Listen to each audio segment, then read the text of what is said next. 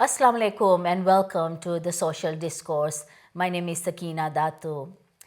Now, the cost of living crisis is what's on everyone's mind. The world over, prices of all commodities, but especially food, is rising steeply. And as we start to feel the chill of the winter here in the UK, most people are debating when they can afford to start putting the heating on, if at all. Now, recession is not just likely to hit us here in the UK, but a global recession is on the cards. We are aware that despite being the sixth largest economy in the world, poverty is driving tons of people to food banks in this country. But the question is poverty in developed countries like the UK the same as poverty in developing countries? What's the difference between the two, and how do we use this knowledge to bring context to our lives and financial situations? Now, to discuss all this, I'm joined today in the studio by Dr. Ghulam Mehdi Sumar, head of WF8. It's a charitable organization based here in the UK. And we also have with us Sister Siddiqa Karim, administrator of Bilal Comprehensive School. It's a primary school for underprivileged part of Dar es Salaam in Tanzania. And we also have with us on Zoom Sister Zainab Karmashe. I hope, Zainab, I've spelled your name correctly. She's the operations manager at WF8. Welcome, ladies and gentlemen. It's a real honor to have both of you and Zainab on Zoom with us. Dr. Suma, I'm going to start with you and ask you, everybody's talking about the cost of living crisis. You know, you open any media and this is the issue. In your view, how bad is really the situation here in the UK, but also worldwide, because you work all around the world, don't you? Thank you very much for your invitation. Salamun alaikum. Good evening, brothers and sisters. Yes, this topic is like the third topic that is going. If you just go back 3 years, 4 years ago, Brexit. Then came COVID. And now it's this crisis. To put into context, I think not everybody has understood the depth of it. We started feeling the pinch slightly early this year when the prices were rising, just gradually. But now it's in leaps and bounds, and the latest survey says that the food price in the last 6 months has gone up to 30%. Absolutely. The wages have not caught up. Yeah. And just in the last 72 hours, pound has tumbled to the lowest since records began. So, saying in its context, I think we are in a very, very challenging times, long, difficult times. Yeah, absolutely. And we see this like day to day, when we go to supermarkets, you can see the bills. I mean, what you used to spend, to 20 pounds on buying something, you're now spending almost 40 pounds or, 35 pounds, and we're feeling it. But in terms of the whole cost of living as we're talking it, so of course it's impacting different people differently based on their situations. Now, if I come to you, Sister Siddiqa, you come from Tanzania. And you have visited the UK, I believe, your last year, 5 years ago. Do you notice any difference? Do you see difference in people's economic situation here? Okay. Bismillahirrahmanirrahim. Thank you very much for this opportunity. Okay. I haven't really seen anything directly, but on the surface, I hear people and I hear like visiting the family, that people are in tension, people are in stress, thinking that the food prices have gone so high. Also, I hear a lot of people speaking about electricity bills. How are we going to manage this now? And especially coming, like winter coming in, they are worried like what will happen with the heating. And another thing which I hear some parents saying, how are we going to support our children in universities? So I have been hearing these things, but I am visiting here and looking back home. I see maybe this is something new here. For us in Tanzania, the situation is such that I think all this is very normal there. the crisis. Yeah. So this is what I have noticed, and I have seen it here. Yeah, I mean it's not to downplay that what's going on is very Yes. real. Yeah. You know, Dr. Mendi also you know, Dr. Sumar. For example, you know, a lot of people by now, you know, today we've started feeling the chill. You know, for the first time today is really cold, and it started to feel wintry. And normally, I think, you know, we wouldn't think twice. You would just put on your heating on, and you are seeing a lot of people delaying the process. Most people are discussing about starting heating in mid October, and we've seen the sales of things like hot water bottles gone up. You know, blankets, and people are saying we're going to try and put off heating as much as possible. Do you see this across the country, or do you think, okay, there are a lot of like differences in terms of how people are reacting to this cost of living? This utility bills is one of the hardest. Yeah. And next one to follow is this mortgage with interest rate. Yeah. Anyways, I can say from the personal level, when I look and I compare the utility bills for my home, was just 97 pounds 18 months ago. Yes. Today is 380 pounds. So that itself puts the pressure and sees what it is. Yeah. And people say, do we eat or do we heat? That's right. And it is going to be very challenging. Yeah. I think, yes, people will put off. I will just compare here in European countries. When you look at the data, Netherlands has got the highest price per kilowatt unit. Yeah. Nearly 30% of the people have gone to these energy companies and told them to come and close their gas pipeline so they don't use it, for the fear that they won't be able to meet their bills.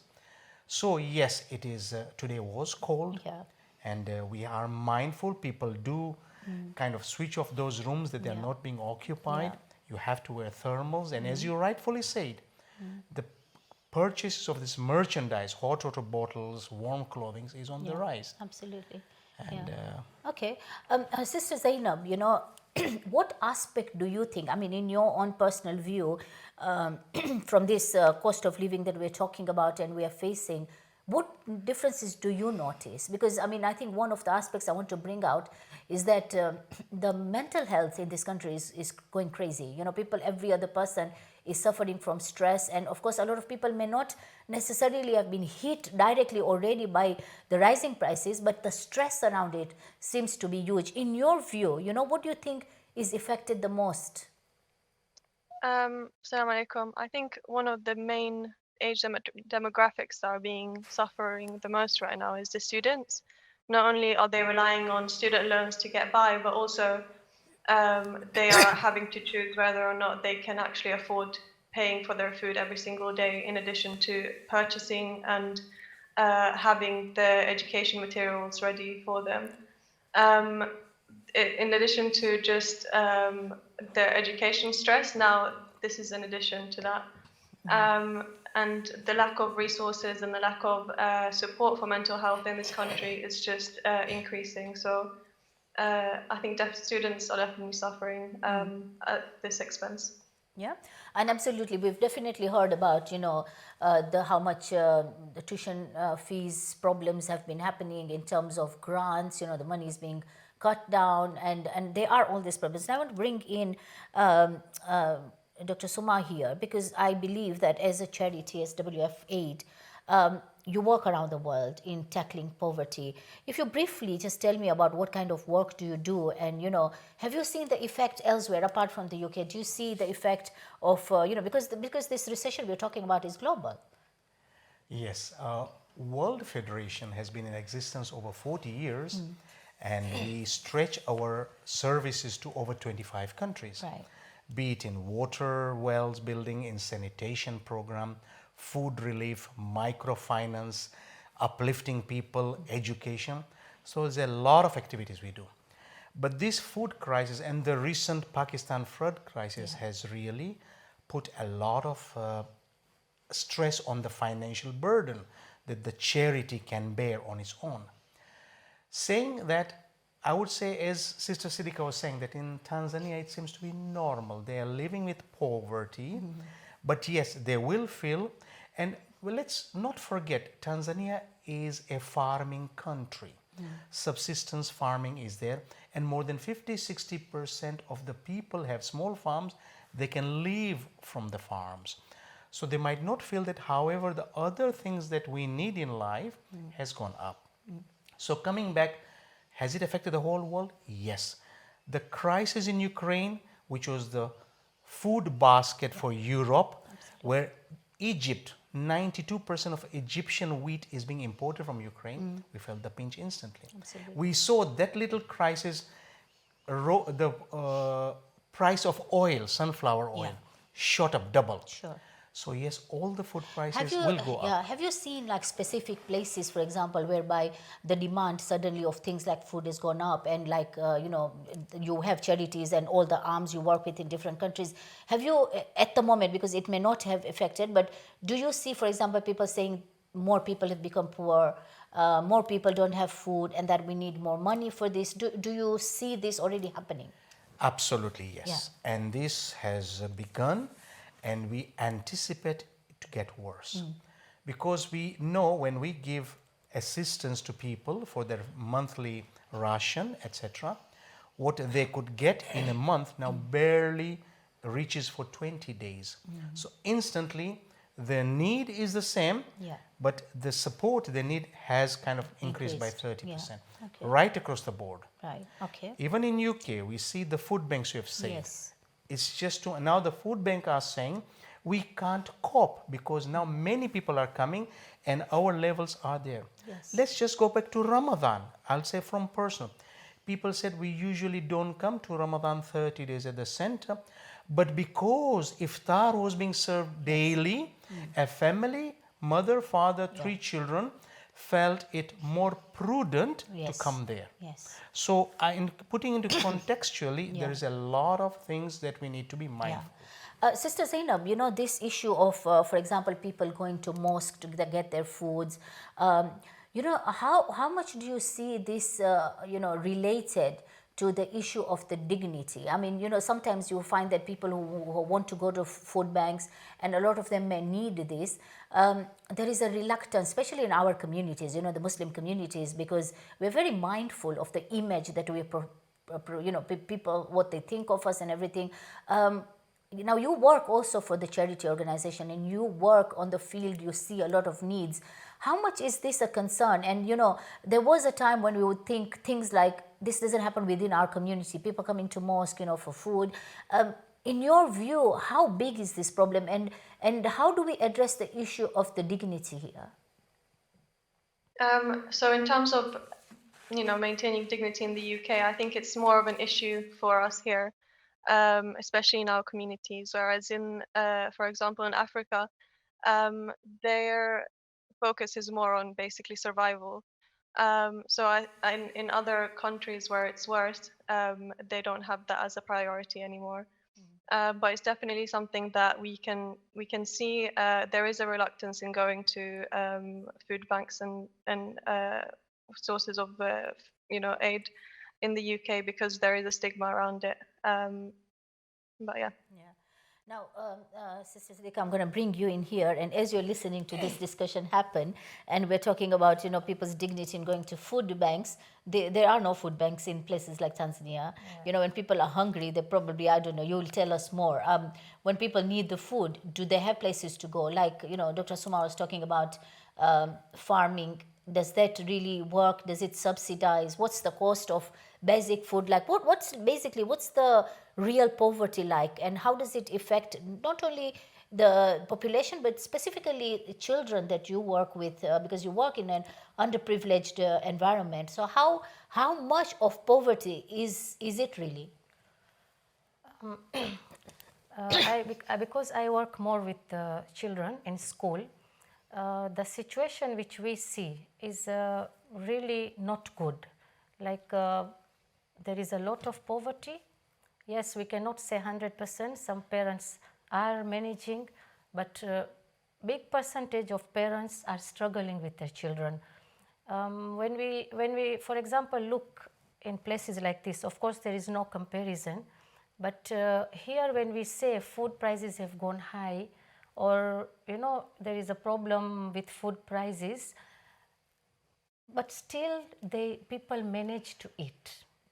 Yeah, maybe the luxurious food will not be manageable in a while, but if you see in Tanzania, even the basic need is a problem. Okay, children like having one meal has become an issue, and Alhamdulillah, like we are discussing here today, and we have here Ghulam uncle here who works in World Federation. They know well because they are supporting our school in many ways. Okay, so I will just give example of Fill My Cup, which they are supporting us. There was time few years back when children come to school and they have to come with a lot of struggle. There are no school transports and a lot of problems. So when they come to school, they have not eaten anything. They are hungry. They go to classes and they cannot concentrate. Children feel sick. And after we have been given the support of Fill My Cup, this is basically the breakfast for the whole school children. And we have seen the big difference after we are giving them porridge, milk, whatever, biscuits. It has made a very big difference. So sometimes we see parents send their children to such school, not only for education, but because they are in such situation that they want the children to get something. In the houses, some small things like electricity. We are talking here of electricity bills going high. In Tanzania, people have no electricity. Children live without electricity. They come to school, whatever they want to study, do lessons, homeworks, everything, they finish it there. When they go home, there is no light, there is no electricity, so they cannot open their books, they cannot. It is very difficult to even think the situations in which these children live.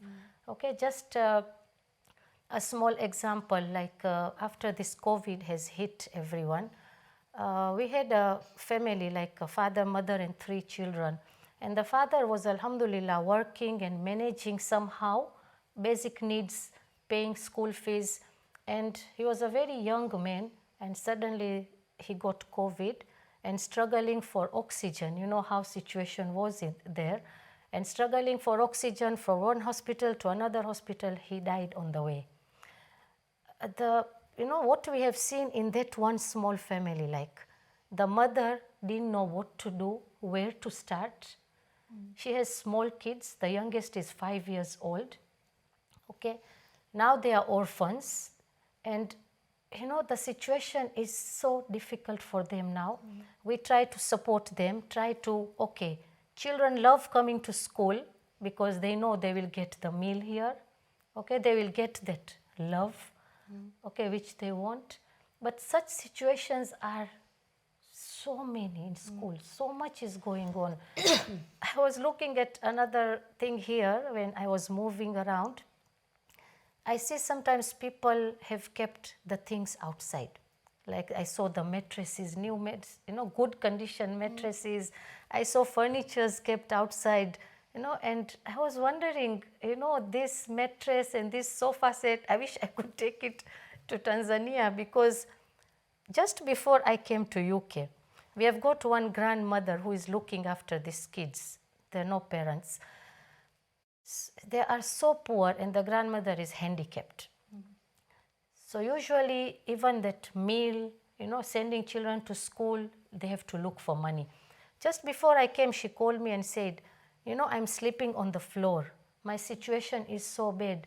Please get me a mattress from somewhere. And my God, when I saw this mattress here, and there is no comparison to the poverty they are going through actually. So the whole point of what I wanted to discuss today is, when we are talking about the cost of living crisis, and it's very real for those of us who live here, we are feeling the pang of it. And because of that, we are going through a lot of stresses, and we are going through mental health. But the point that I want to really raise and discuss today is that, we are told that when you are in any difficulty, you look downwards. And then you look at how other people are living. Yes. And that, it helps your mental framework to think that, look at Allah's blessings that we have, that others do not have. And so, while we are constantly talking about, oh my God, we can't afford this and we can't afford this and this is not there.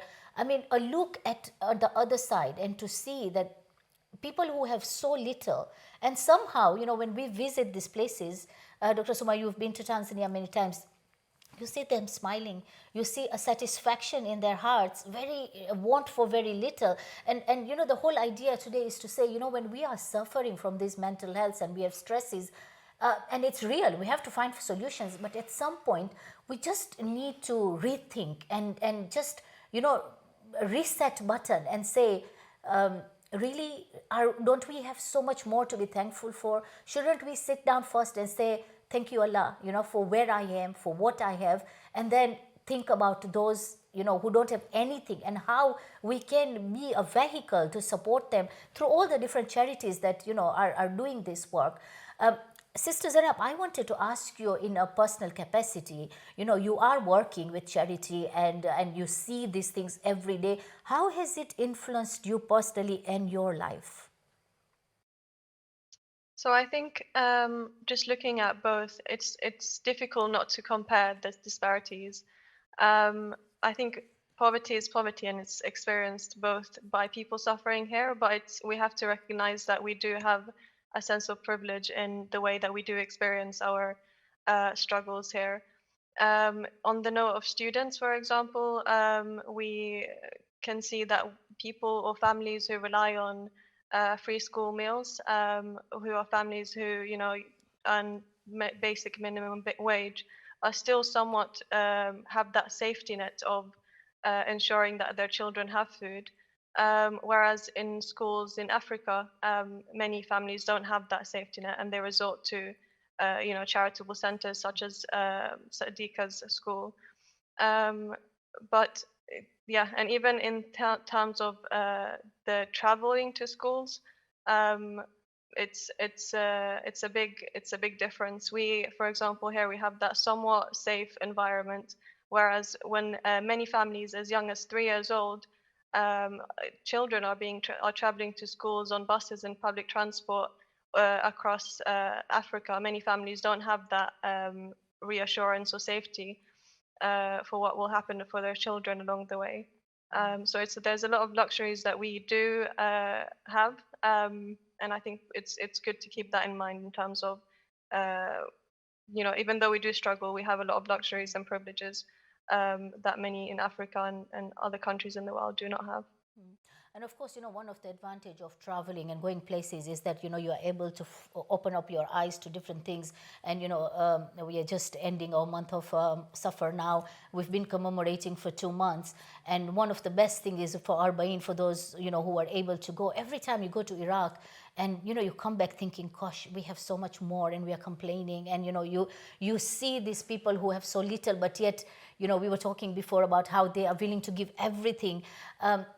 Dr. Sumar, I want to ask you, in your own, Sister Zainab, how has working through this field changed you as a person? And also, what's your motivation?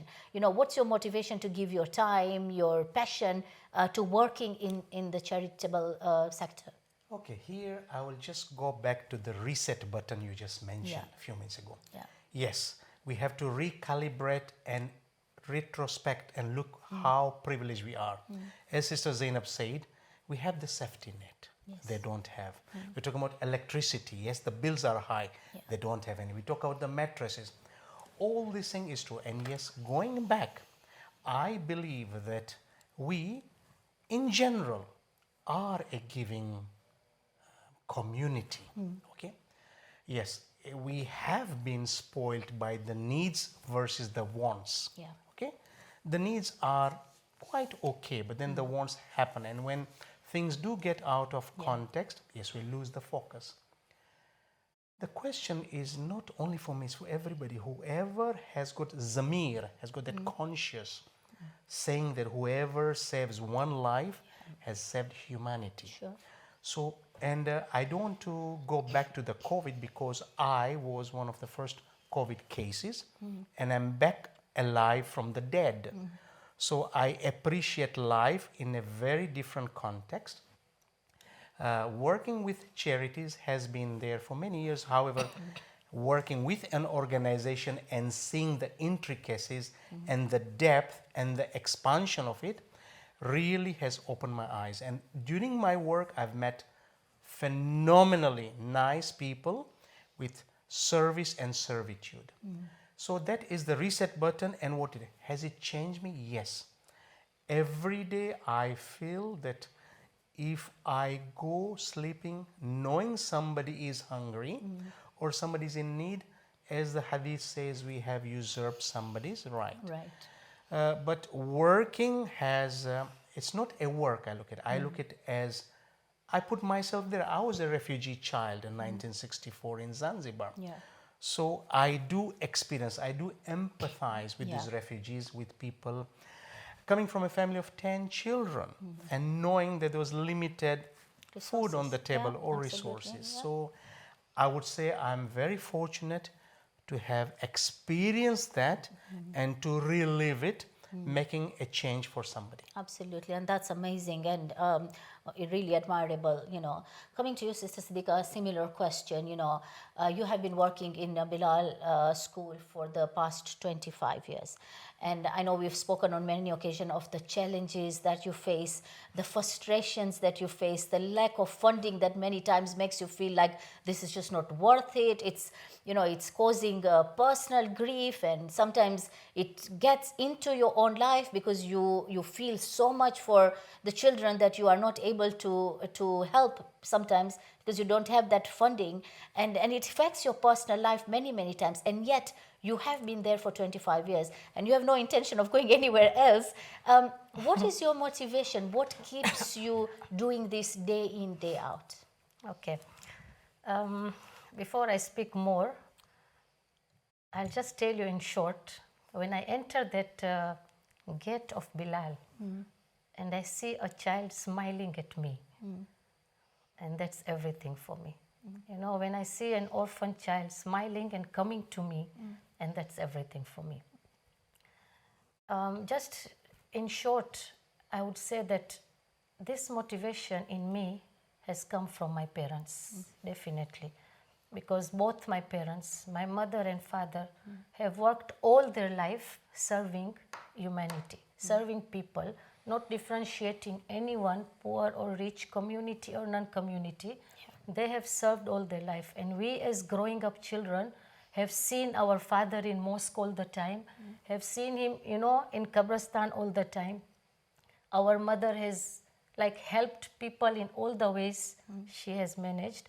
And this is the biggest motivation which I got from my parents. And Alhamdulillah, going to the house where I'm married, again, it's the same thing.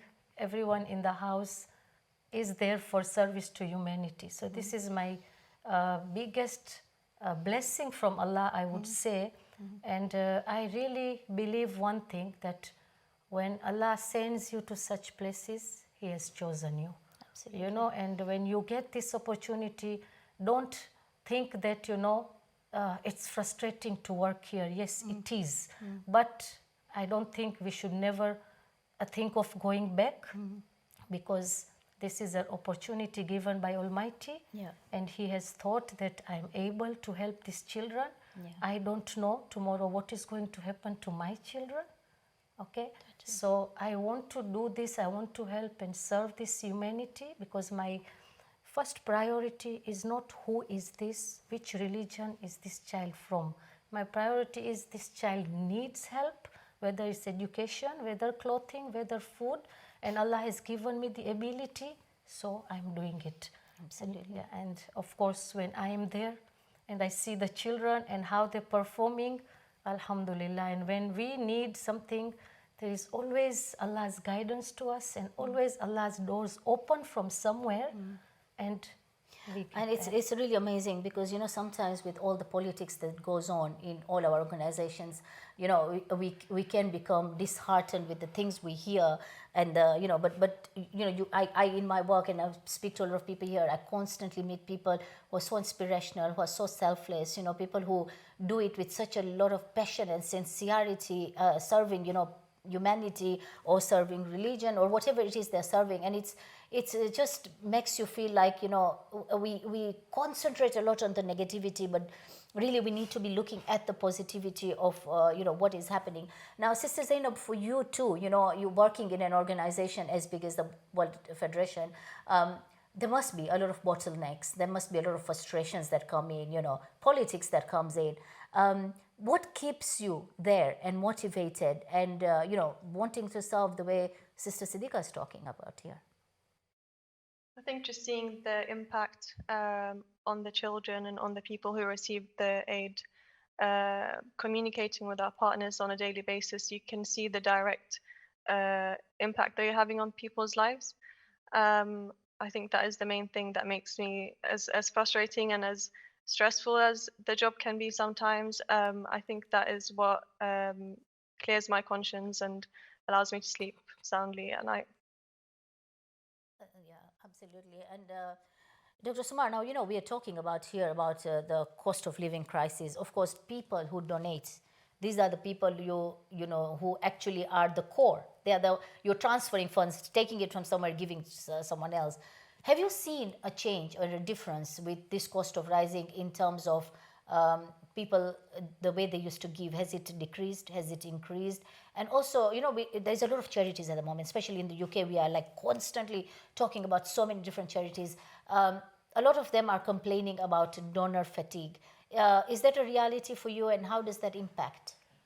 Okay, here as you asked, and Zainab very nicely said that your why you are there. There could be frustration, there could be issues, there could be compliance, there could be whatnot.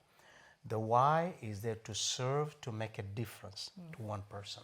So I'm just reinforcing what Zainab said, and that's what we as a team at World Federation, we always ask all the team members, why do you come to work? What brings you here? You could have chosen any other work.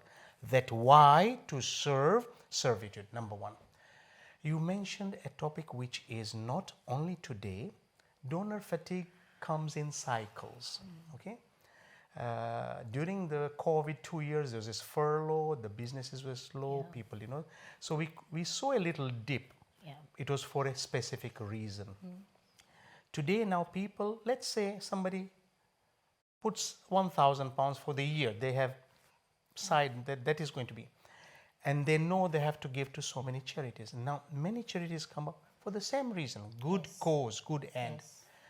Donor fatigue does happen. Few projects come, be it capital projects, be it disaster relief like Pakistan, be it war in Yemen, be it earthquake, be it now the typhoon in Philippines. So we as the World Federation, we've got our grassroots and our donors, and they're limited. They're limited. They do give, and many a times people do say, right, we have already given what we had ring fenced. Sure. So in short, there is donor fatigue, not that they don't want to give, but yes, they do not have the funds. However, as Siddiqa Bhai says rightfully, Allah guides, and wallah, this year we collected less in Ramadan relief by 30%, but we reached out to more. So there is that ghaiba help we get from. Sure. Absolutely. Donor fatigue does come. Yeah. And yes, we target, and we tell people, as long as God gives you, you are the ambassador. Absolutely. The day God stops giving you, you stop giving us. Yes. It's a way of saying, come on, you can just dig a bit deeper. Absolutely. And of course, we know that, you know, the more you give, the more Allah gives you. I mean, we're well aware of that, that in fact, we are told when things are, you know, difficult and times are harder is actually the time to give, because that means that Allah is opening doors for you. Siddiqa, I know that this, for you, this is one of the biggest issues about, you know, getting donors, because your school runs purely on the goodwill of people, people donating, and a lot of them in a very personal capacity. And I know there have been times when you've had mental breakdown yourself because there isn't the money and you're thinking you might have to close down the schools. So how much of this issue of donation are really a hindrance and a problem for you? It is actually a hindrance. It is really affecting us because as Uncle said here, there are people who used to give, but at the moment the donors have gone down. But the only thing is, like, we are having lots of challenges. Okay, we are facing lots of challenges. We don't have funds, but the work doesn't stop. You see, like I was just talking today that we don't know how we're going to complete our year. Okay, like paying the salaries to our teachers. October we have paid, but November, December we don't know what's going to happen. But you know, these problems come every year, and of course it's a big challenge. As you said, sometimes you actually get mental stress. But Alhamdulillah, somehow we manage to go on. But definitely it is a big stress, and as time goes, sometimes it puts attention to us that how are we going to continue, how are we going to run. Also, there's another thing which happens. Okay, you can maybe say we manage, but we do not manage everything what we want to do. See, sometimes we want to do things for children, simple things like transport for school, and small things we cannot manage. So we only go with what is very necessary. So it is attention actually. Okay. Dr. Saab, what I'm noticing here is that there is quite a lot of, I don't know whether it's the generational issue of younger and older generation, but there is this disparity in thought, whereby you find that people from a certain era, or us, there is professionalism in the work we do, but there is this huge chunk of faith on which you do your work. As you're talking about, you know, you depend on Allah. But we find the younger generations who don't see it that way, and they think you have to budget correctly. You can't say Allah is going to give you. From where is Allah going to give you? You have to have a professionalism. You have to write reports. You have to, you know, you have to have the plans. You have to have ideas. And do you think that, of course that's valuable, and we should value that. But do you see, do you feel that as our younger generation, our children are coming up, they are losing a certain component of that belief that we particularly as our community has, that, you know, when your intention is clear, Allah just opens the door for us. Like, you know, I'm thinking if I was in her position, for example, I would have thought there is no chance I'm going to complete 12 months, so I'm going to close down the school. I wouldn't think, you know, next 2 months Allah will figure out without a plan. So is that unprofessional, or is that faith in God that maybe the younger generation is missing? Here you have touched a subject which I'm not an expert, but I can relay due to my interaction with the youths. The youths are very science-based. They are driven by certain systems and mechanisms, but they are very mindful and they are aware of the situation. Yes. Okay. The youths of our community say, right, you're going on a project. Is there a fallback plan? What is exit B? What is exit C? So they are okay with that, and our youths, alhamdulillah, are earning quite decent money, and they do work charities not only within the community, outside the community. Have they lost that component? I don't think so directly. Okay. Maybe they do not show the emotion the way we do. They will need experience to go in the field and feel that pain and empathy. But youths, yes, they always are cautious. They are the new era. They are coming into very challenging times for them. To buy a property, to get married, to get settled is more difficult than what it was 15 years ago. So they are a bit wary. But looking at this heart, they have a sound heart and mind. Amazing. Sister Zainab, you know, in terms of this, do you find that maybe the upbringing, whether it's correct or wrong, you know, this we can't be judgmental because there's a lot of factors here, but do you feel like we are, you know, we're finding it difficult to pass on these values to our children? So, for example, Sister Siddiqa was talking about how she has seen her parents, and, you know, she's taken on their role, and yet you find that today's children, you know, they don't necessarily want to do what their parents were doing. It's more like, you know, the parents are never really correct. Do you find this to be the reality? Do you find that it's becoming difficult for us to pass on the values to our children? Definitely. I think something that the youth is struggling with, and I see that firsthand, is holding on to our values in a Western society, and we see the struggles within every environment that we go in, be that in our schools or in the workplace. One thing in terms of to just carry on from Doctor's point is one thing that is being instilled in a lot of the youth these days are the ideals of materialism, and I think the values of giving and the values of charity is something that is therefore at the expense of those ideas of materialism and capitalism. So, however, in a lot of our communities, our parents came in as immigrants, and sometimes they want better for their children. So it doesn't always mean that we want to be the same as our parents. Many parents want their children to also be better than themselves. So I hope that answers both of your questions. Sure. Now, talking about the poverty itself, we touched on this very basically with Sister Siddiqa. Poverty can never be glorified. I mean, it's not pretty from any angle whatsoever, and really we should never glorify it. But sometimes, do you feel like people who have less, tend to be more satisfied? They're more giving than people who have more. Yes.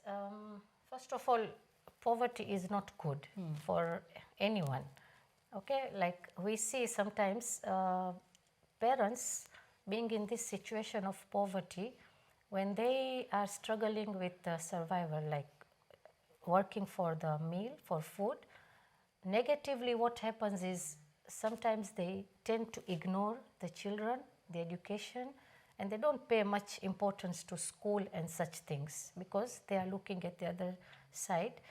But on the positive note, yes, from what I see, the people who have got less are, always ready to share with others. This is what I've seen. Maybe if we take our own example, like the more we have, the more we want. If I have one car, I want two cars. If I have a small house, I want a bigger house. This is like there everywhere. But when you see a person who has less, okay, giving again example of where I am working, these parents sometimes, I see them as amazing people, the poor people, because if they are preparing a meal, for example, they do not know what is the meal, the next meal, okay? If they are preparing lunch, they don't know what's for the dinner. But whatever meal they will prepare, they will share with whoever is there. They will not think, now my children will eat and then it will not be enough and what will happen at night. They are ready to share. And we have seen this, when they cook ugali. They call whoever is there, whether it's neighbor children, whether it's relatives, and they will sit down and share. And sometimes seriously, we wonder, these people, how are they doing this? So, the less they have, the more they share. And as you know, we are also told in religion that whatever little you have, and if you do shukr to Allah, then definitely Allah will give you more. When you are doing kufr, that's then the problem. So I think these people, maybe without even realizing, but they have so much thankfulness to Allah with less what they have. So this is definitely there. This is my Absolutely. thinking. Here was again going back to when you said the less people have, the more they are giving. We touched the point about Iraq and Ahlulbayt. Yes. And I've been going there for the last 15 years. And yes, those who do Mawqib, who are there, they are eager to serve the Zawar, to serve all the people coming.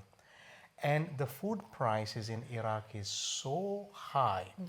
And I'm just giving you a comparison. A goat in Tanzania is $45, while a goat in Iraq is $150. And yet, during this Arbain, we could see that not lavish, but they were out there to serve. They were giving. They have little, but they will give for the love of Ahlulbayt and for the love of humanity. Yes. Absolutely.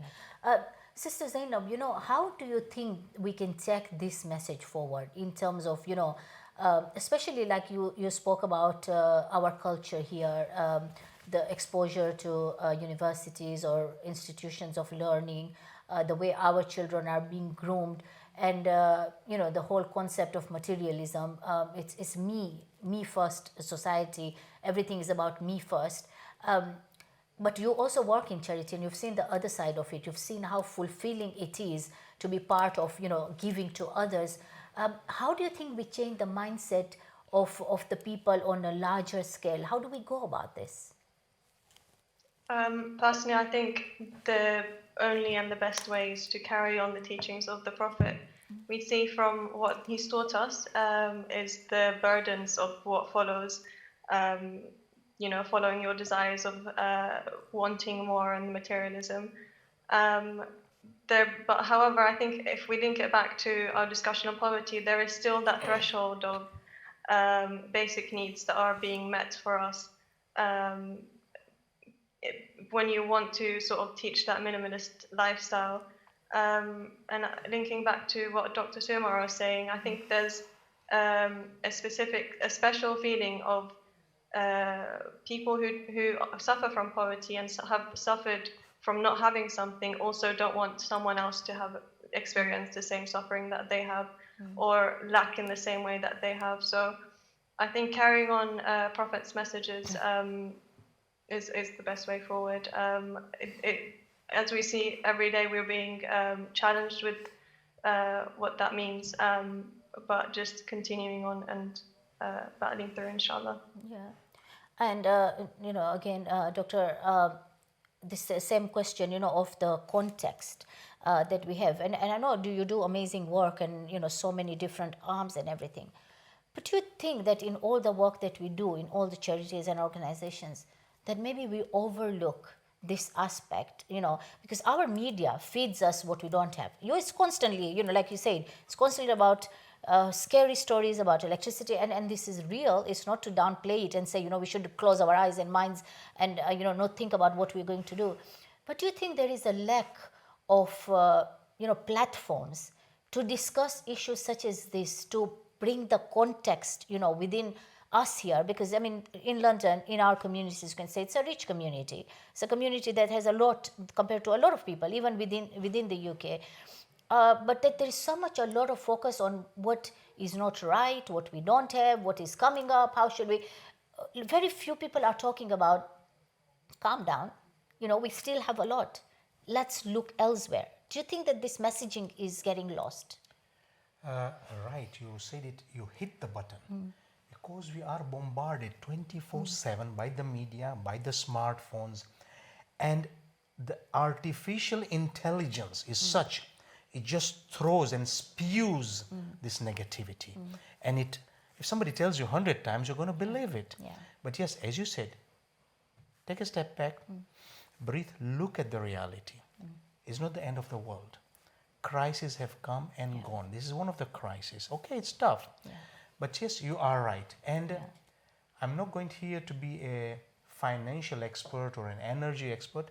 But yes, today when we see the disparity that our government decides not to tax the ultra rich, not to tax the windfall profit from the gas and electricity, and borrow money to subsidize electricity bills, there is something wrong in the thought process. Having said that, yes, we all get carried away. Yeah. We get messages and we don't even digest it properly. Not all messages is correct. You're right, and we will pass through these difficult times. Absolutely. Be it 12 months, 18 months, it's not the end of the world. Yeah. If I may just add one point, we have discussed about Sister Siddiqa here and the Fill My Cup and the children and the orphans. Before we close this, I would like to appeal to the wider community who is listening to us. The Fill My Cup is a small token from anybody. For £10, you can support a child for breakfast and lunch in Africa. For £10. So that will be my parting message. Fill My Cup is a project which is supporting over 35 centers in Kenya and Tanzania, over 6,000 beneficiaries, and you can make a ton of difference by £10 a month. That is just a small appeal. Absolutely. And Sister Siddiqa, before I give you the opportunity to make your own appeal, this issue, about when we are talking about we have so much and we are overlooking the message.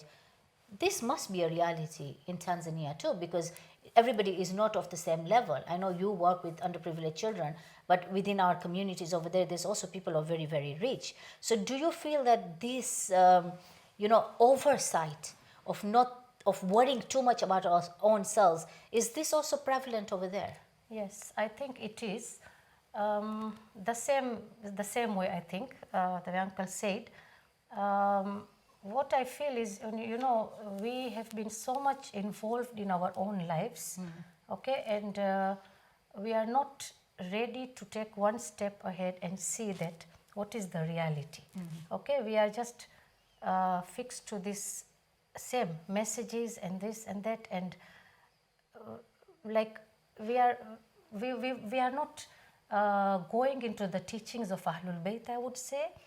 Yes, we go, we attend majlises, we do everything, but practically we are not taking the examples from them.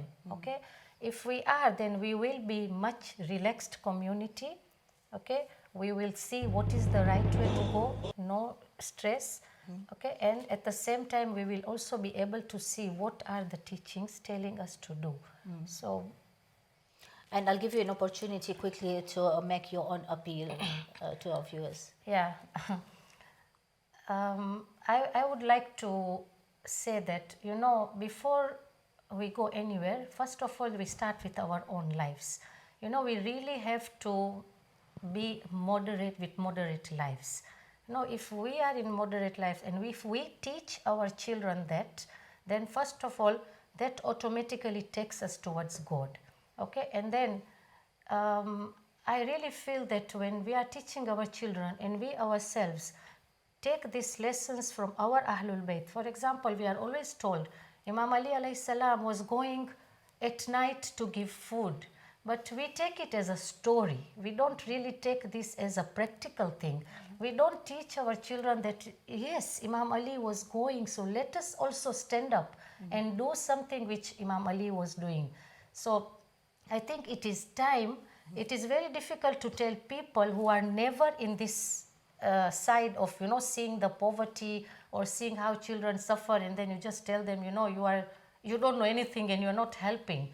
So I would request everyone to first see the situation, the poverty, what is happening, where is the need, and then it is our appeal to everyone that please do support this poverty, do support these children, okay? Because this is Thank you, Sister Siddiqa. We're just running out of time. So if you want to look it up, Bilal Comprehensive School, look them up and you will find their context. Now, it's really easy, at the moment to get depressed over all these difficulties, especially economic difficulties in our lives. But really, if we just focus, like we said, it is also we are also being selfish in a way because we're looking at our own inner satisfaction, not worrying too much about the money and economic situations, which are real. I'm not downplaying them by any means.